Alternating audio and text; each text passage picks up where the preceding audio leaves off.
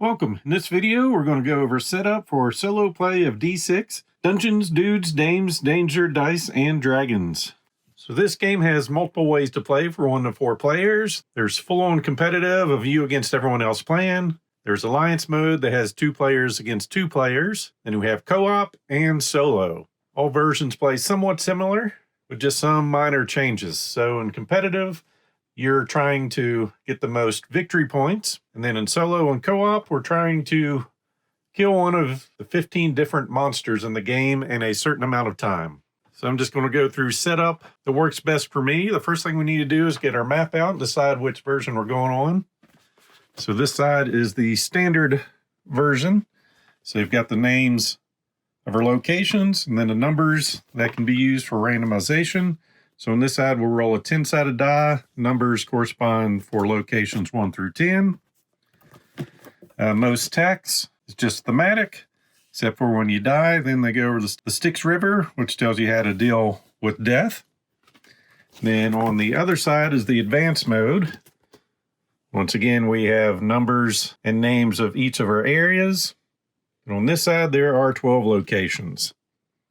And since I'm new, this is going to be my first real playthrough. I'm going to go on the standard side. We'll get this set up here. Next, we're going to place our environments on the board. These are just going to possibly modify some of the monsters that come out. We can just put them on there however we want, or we can do them randomly. So I'll go ahead and do that. So randomly, we'll roll these out. So one thing we cannot have is 2 of the same environment type on the same place. So one will go on location 5. We'll re-roll the other. So I'm rolling doubles all over the place this time. One will go up to 7. 3s. Let's try this one more time. And 10. Then for each of the other locations, another 5. These can double up since they are different types. This goes to 6. Area 1. And lastly, the forest is going over to 7. So we've got some that are doubled up and a whole lot empty. Then we're going to put out 4 random monsters in solo mode. So all our monsters in the bag. This is going to happen the same way. So first, we're going to get a kobold showing up in area 4. Next, Plants of Eden showing up in area 4. Flesh Leech going in area 8.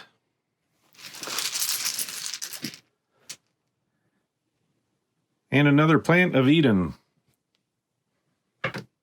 going in area 9. And since I'm limited to space on this, the game does come with a bunch of signs. They're really just there to help you with the rules. So you know at the village, you can, once you enter there, the rest in, regain lost hit points for free. Heroes Lodge, refresh 1 skill marker for 1 money. So these are just rules reminders. Coins I've got sitting off to the side, and since we can have a max of 10, that's all I'm going to have available for me. Just a few hit point markers and buff tokens. And then stat tiles. Then throughout, I've got our player board, gather board, and then our hide collection boards. We are going to want to choose one of our classes first. So we'll go ahead with the Slayer. And on this board, it's basically going to let you know what you can do on your turn. So you've got some free things you can do, such as buying consumables, play cards, drinking potions, buying advantage cards, perform a skill, find an enemy, and spend an action. Then your actions are move 1 space, gather, which is rolling on another table, and hunt an enemy. And of course, once we've done all our 3 actions and any other free things, we get to rest. At the end of your turn, move your action marker to the rest position, which is right here. If you spent 3 natural actions, draw 2 heroic quest cards. In solo mode, and co-op. We do not use heroic quest cards, so instead we'll roll on the heroic benefits, and we'll get to that here shortly. We also have a space for a cash cube, which is not used in solo or alliance mode. But basically, it's a gelatinous cube that you can pay to annoy other players if you're playing competitively. We've got an area for our actions. So we can go ahead and take one of our markers and put in one of those slots. Then we have 3 areas for health. So we can take our markers or tokens to put there to see that we have 3 health. Stats. So we've got strength, stealth, intelligence, and skills. Strength is going to determine how many of each card we can get, and if we go high enough, we'll win on ties in combat. So and as a slayer, we get +1 to this. For other classes, their +1 might be in a different skill. Stealth, we'll use that when we're avoiding enemies.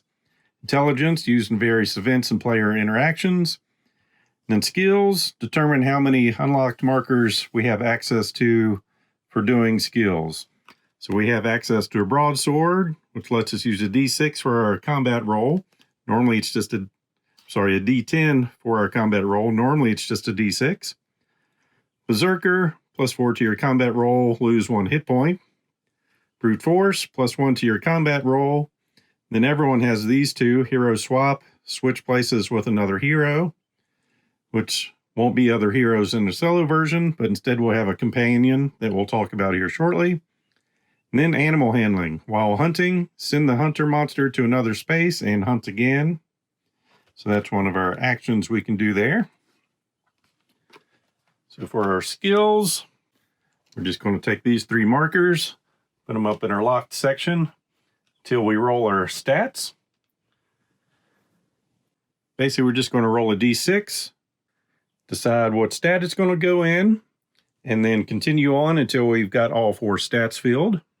And if we roll a 1, 2, or 3, it's going to become a 3, and we'll also gain a coin. So first, getting a 1.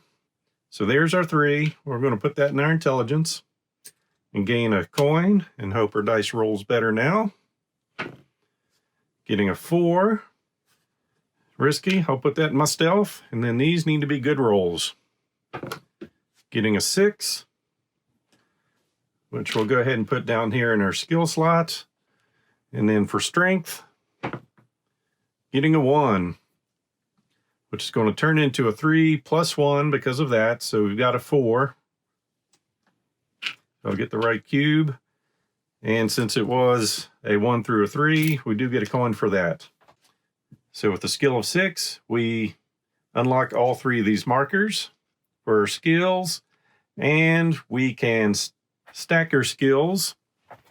So when we go to do a skill, say I wanted to do Berserker, I could double stack that ×2 for a max for another time before I reset them. But that's something we're going to have to deal with. For our gather board, there are 4 boards. They're mainly the same. One does have a red dot, and that's one we need to play for solo. Basically, the things that are different on these is the types of monster killed for our specialty hides might be different, and the order of these items up here for our gather action might be different. So we'll be rolling a D4, and depending on what we get, we'll get a different item. Except for in solo mode, instead of drawing an advantage card, we get to deal with our companion, which we'll take a look at. So just for this getting started, we get 2 potions to put here. And whenever we roll alchemy, we can choose one of these potions to put that on, so we'll have access to that later. So we've got fair monsters. We can lower 1 monster into your space from any other space. Strict of 5, +2 to your combat roll. Acupunch, change back to your heroic form, which we'll get into here shortly. Wings of Flightimus, return to the village. Rock of Mages, reroll monsters combat die. And Grape Jib Juice, gain 1 extra action. Also, once we defeat monsters, if we have this symbol, we can put them there and use this ability later. And if they don't fit in this area, we can put them here, and once we get to transform those two into one over here, and we have a place to collect bounties.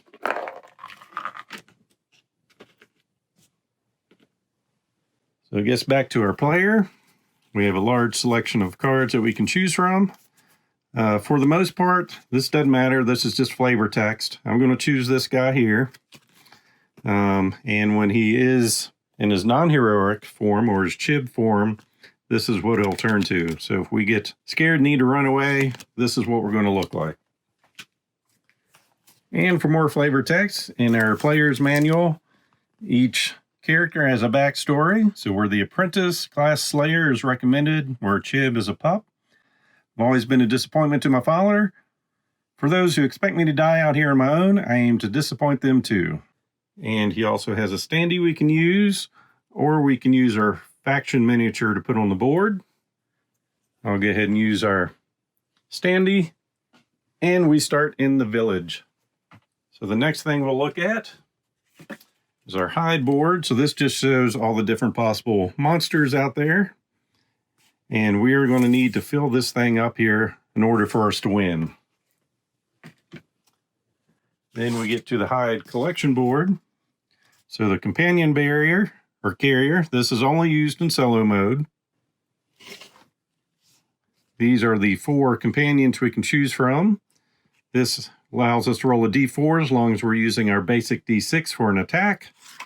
This allows us to get +1 while he's in the space with us. This one gives us +2 if we're at any of the terrains not a dungeon.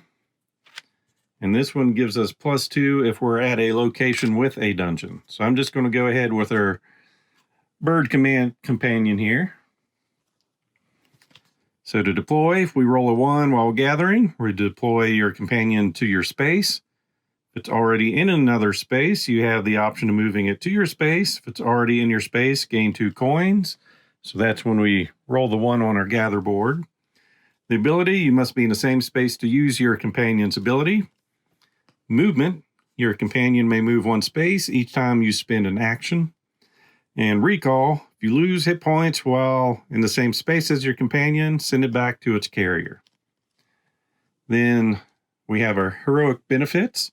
So instead of getting heroic quest cards, we'll roll a d8 in solo play or a d10 in co-op mode to give us special abilities that'll give us a one-time use. And then we have our timer. So in solo and co-op, our timer goes on this.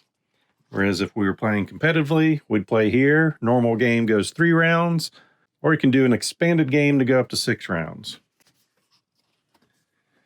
For this, we'll put our marker in here, pointing up to the 1. We start with having 4 turns to get this done. And by collecting bounties, we can move this further up the track to give us more time to get our work done.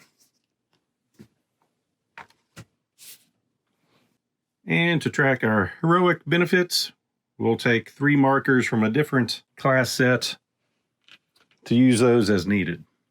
So all the extra hero cards can go back in the box, along with the alliance cards for full co-op and heroic quest cards for competitive play. We will take our advantage cards, give them a quick shuffle, and we start the game with one of these. So we're going to start the game with an anvil hammer, so that allows us to roll a d10 instead of a d6, and we get +1 to a combat roll. And all advantage cards are one-time use. And right now with a strength of 4, we can hold up to 4 of each card. So we'll just place that there in our draw pile. Then our bounties, we'll shuffle our bounty cards. We will only get 8 of these to form our stack. Because we start with 4 rounds, max of 12. Each bounty we collect, we can turn in to move the red marker 1 more turn. And just like in competitive mode, we're going to have 3 of these shown at a time. Recommended to keep these as a stack, but if you want to make the game easier, you can go ahead and have all 8 revealed for play. Keep our draw pile here. This lets us know if we kill this type of monster at this location, We can put that in as a bounty and turn that in later to extend our playtime. And that is the basics of setup for solo play. Be sure to stay tuned when I go ahead and go through with a playthrough. As always, I hope you enjoyed this video. If so, please click on the like button below and be sure to subscribe. Thanks for watching.